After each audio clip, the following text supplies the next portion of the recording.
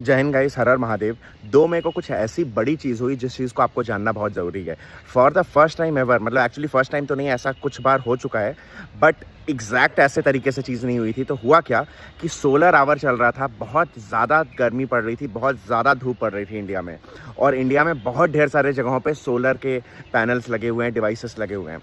तो हुआ ये था कि इंडिया का जो टोटल कंजम्पशन था, बिजली का, पावर का जो टोटल कंजम्पशन था, वो कुछ देर के लिए एनर्जी जितना प्रोड्यूस हो रही थी उससे कम हो गया। मतलब इसको ऐसा कह सकते हैं कि टोटल एनर्जी जो इंडिया प्रोड्यूस कर रही थी वो कुछ देर के लिए टोटल कंजम्पशन से थोड़ा सा ज़्यादा हो गई थी।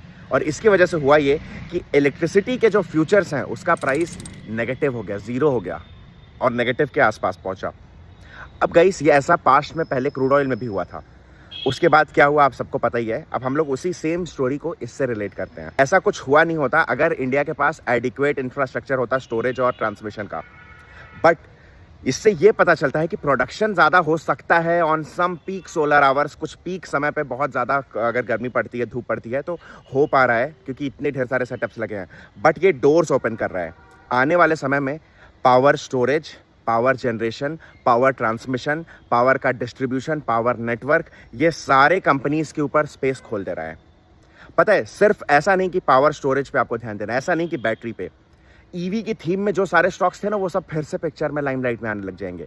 जो भी ट्रांसमिशन में जो भी स्टॉक्स थे वो सब लाइमलाइट में आने लग जाएंगे। आपको पता है, टरबाइंस की जो कंपनीज है, त्रिवेणी टरबाइंस और ऐसे जो भी टरबाइंस की जो कंपनीज है, मेजॉरिटी कंपनीज 2030 तक फुल हैं, कोई ऑर्डर नहीं ले रही हैं, है ही नहीं कैपेसिटी। पता है क्या, इंजीनियरिंग के सेक्टर्स हो गए, पावर ट्रांसमिशन का सेक्टर हो गया, power generation, amplifiers, transformers, rectifiers, ये सब के सब चीज़ों में हलचल होने वाली है। कुछ अगर मैं चुनिंदा स्टॉक्स के नाम लूँ, मैं ऐसा नहीं कह रहा हूँ, टिप या सजेशन नहीं दे रहा हूँ, मैं बस ये कह रहा हूँ कि आपकी इन पे नज़र होनी चाहिए।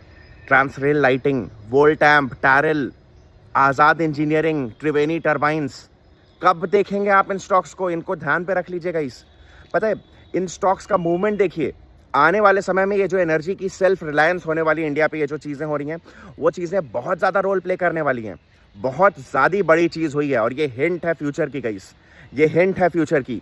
इशारा मार्केट का समझो, समझदार को इशारा काफ़ी होता है। अच्छा, एक और चीज़ गाइस, गोल्ड सिल्वर की मैं बात बता देता हूँ।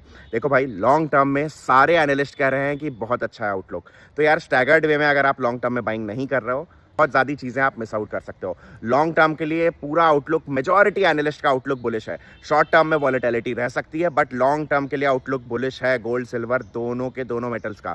ये वीडियो शेयर कर दो गाइस अपने फ्रेंड्स के साथ, दोस्तों के साथ, उनको भी पता चलना चाहिए। और मुझे फॉलो कर लो ऐसी अपडेट्स के लिए। हर हर महादेव, जय हिंद।